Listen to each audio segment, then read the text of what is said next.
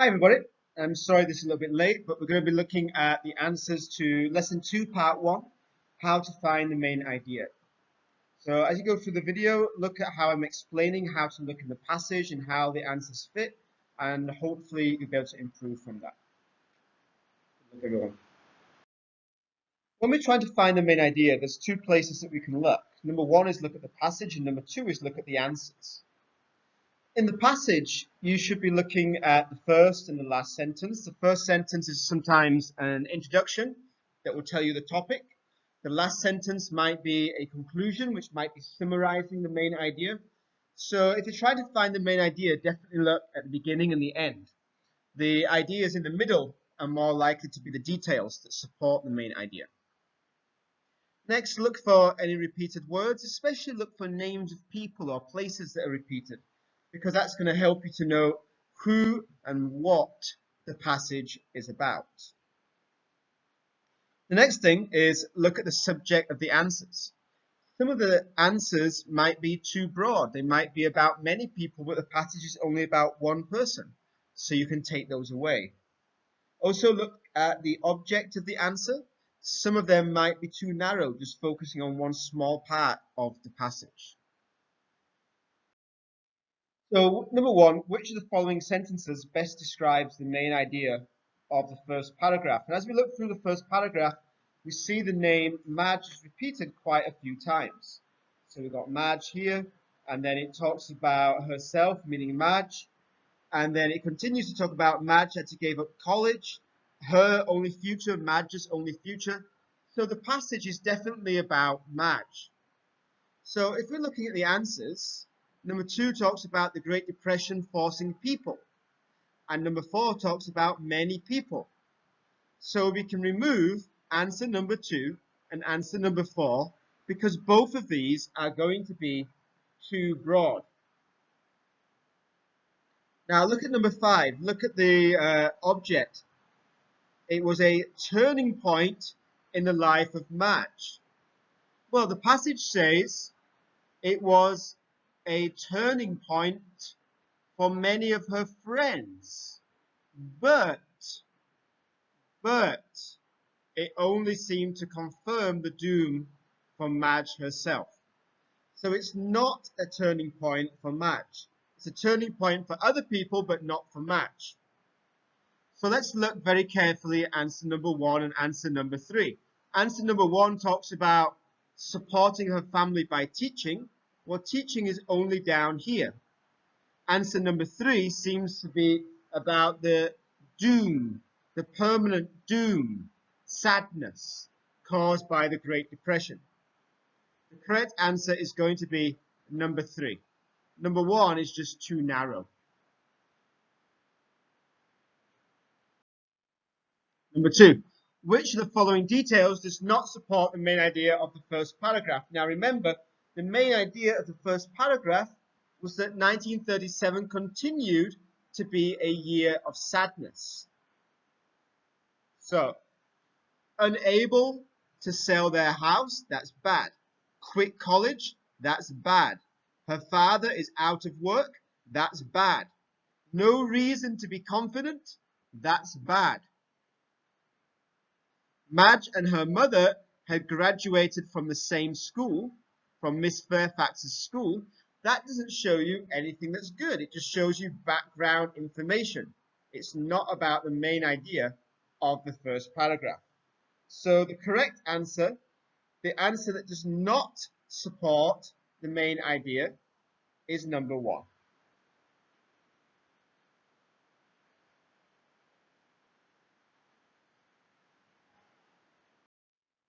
Question number 3. Which of the following sentences best states the main idea of the second paragraph? Well, we need to read a little bit. She had a vision of herself that jarred every time she caught herself, her reflection, unanticipated glass.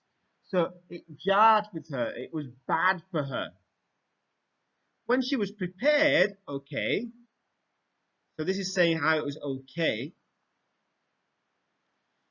But the figure that she saw, even if thin and trim, suggested nervousness and fatigue. Nervousness means you're a little bit anare. Fatigue means you're quite tired. There was no question that the left cheek on that long face had 2 pockmarks, and she was angular. So a lot of the passage is talking about how bad her reflection is. Angular is an example of why it is bad. So number 1 is going to be too narrow. And appeared tired. Well, that links to the fatigue, but that's going to be too narrow. And the pot marks there links to answer number 5. That's going to be too narrow. So we take away 1, 4, and 5 because these are too narrow. Madge was pleased, but actually it's talking about how bad her appearance is.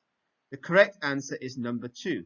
Her body and her face showed signs that she had experienced hardship.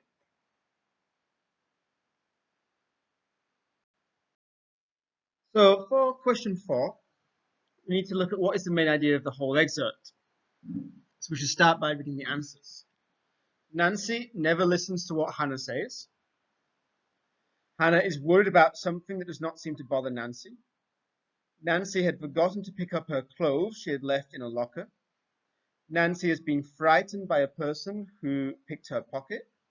Nancy is always cheerful and friendly. So as we go through the passage, we're looking to try and remove any of these answers. Hannah Gruen, coming into the dining room, knew from Nancy's expression that something was wrong.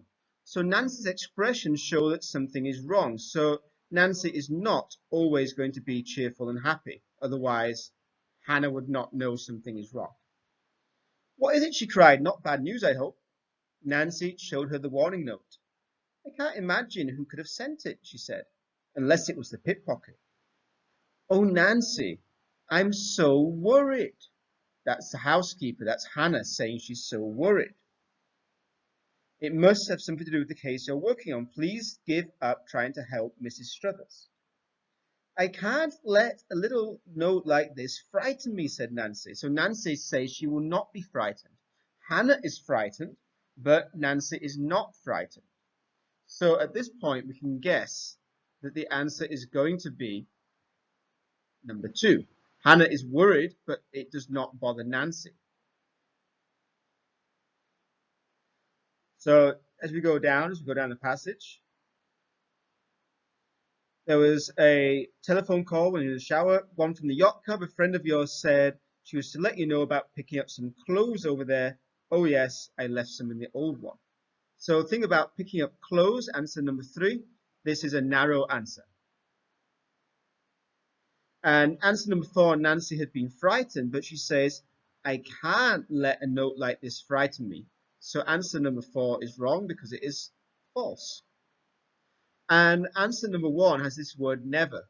We don't know about always, we only know about this one situation, so this would be not given. So the answer is definitely going to be number 2. Question number 5. Based on the information in the excerpt, which of the following is Nancy most likely to do?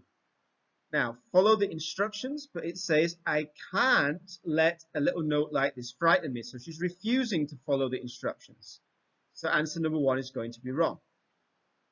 Stay at home and avoid trouble, but again, she will not let this person who wrote the note win. So answer number 2 is going to be wrong. And stop helping Mrs. Struthers. Again, this little passage here says she's not going to listen to the note. She's not going to stop doing something.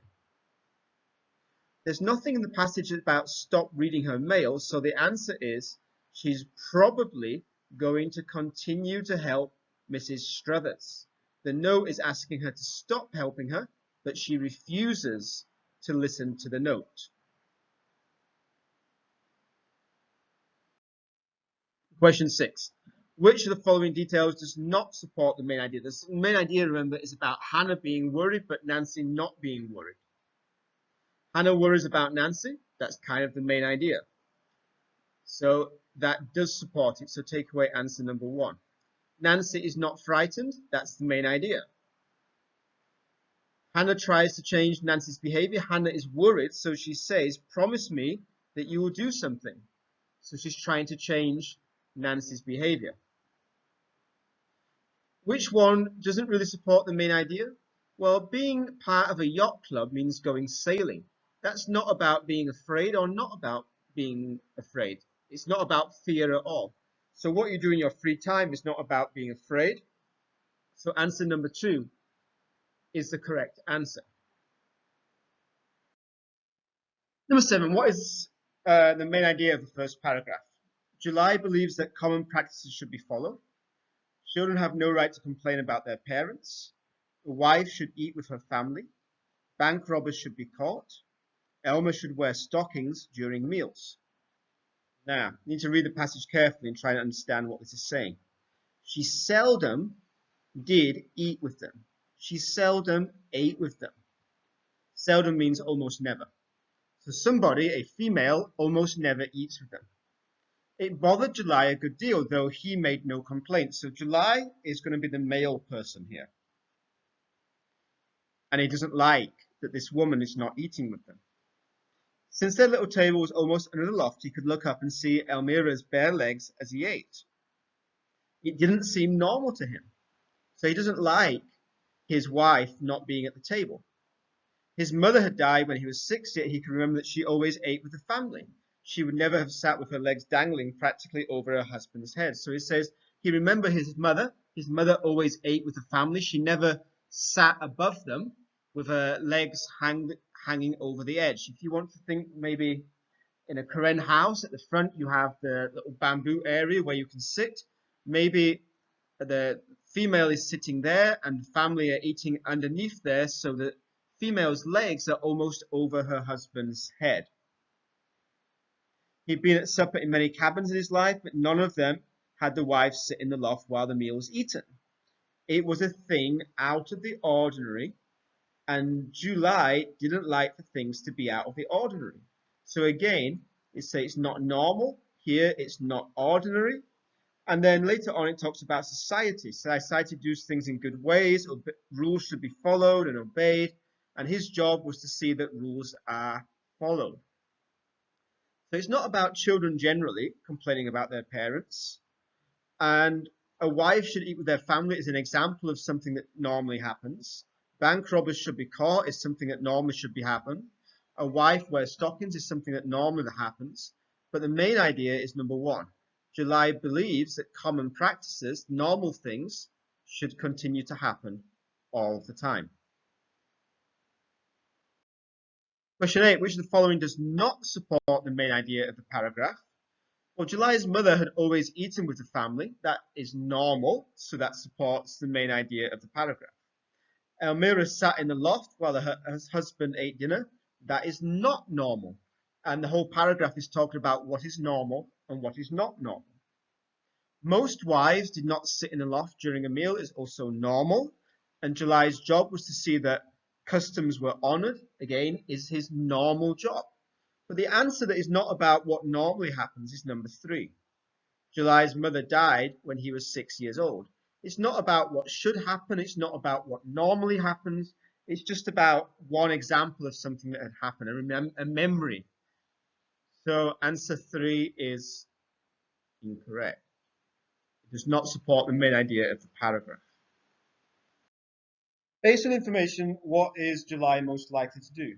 Leave Elmira and Joe, refuse to eat dinner with the family, demand that Elmira begin to eat with the family, accept that Elmira will never eat dinner sitting at the table, or show his acceptance of Elmira's behavior by eating dinner with her in the loft. I think we can take away number 5, because he likes to do what is normal. And eating in the loft, eating above everybody else, is not normal. So number 5 can go away. Now, looking at the passage, looking at paragraph number 2. Joe didn't share July's discomfort with the fact that his mother seldom came to the table. So Joe is the son of Elmira. When she did come, it was used to scold him, and he got scolded enough as it was. Besides, he liked eating with July. So the son likes to eat with July, and so far as he was concerned, marrying July was the best thing his mother had ever done. So maybe July is not his father, but Elmira and July have married each other, and so July has become like a father to Elmira's son. She scolded July as freely as she scolded him. It didn't seem right to Job. But then July accepted it and never scolded back. So even when his wife scolds him, he accepts it. He doesn't scold her back. So we can take away answer number 1 because leaving would mean a strong reaction. And this last sentence shows you that he accepts. Refusing to eat would also be a strong reaction, and demanding a change would also be a strong reaction. The best answer is number 4. He will accept that Elmira will never eat dinner sitting at the table. Why do we get that? Because we get the word accept. So if he accepts that she never sits at, if he accepts that she scolds him, then we can guess that he will also accept her never eating at the table. And with these kinds of questions, you've got to find something similar in the passage and use the same idea to answer this question. For question number 10, we have to think, what is his job? Is he a law enforcement officer like a policeman, a minister like a pastor, a businessman, a cowboy, or a farmer? Well, it talks about his job at the end of paragraph 1. It says his job was to see that common practices were honored, that citizens weren't shot or banks robbed. Who stops people robbing a bank? Who stops people shooting other people? A policeman. So the answer is going to be number 1, a law enforcement officer.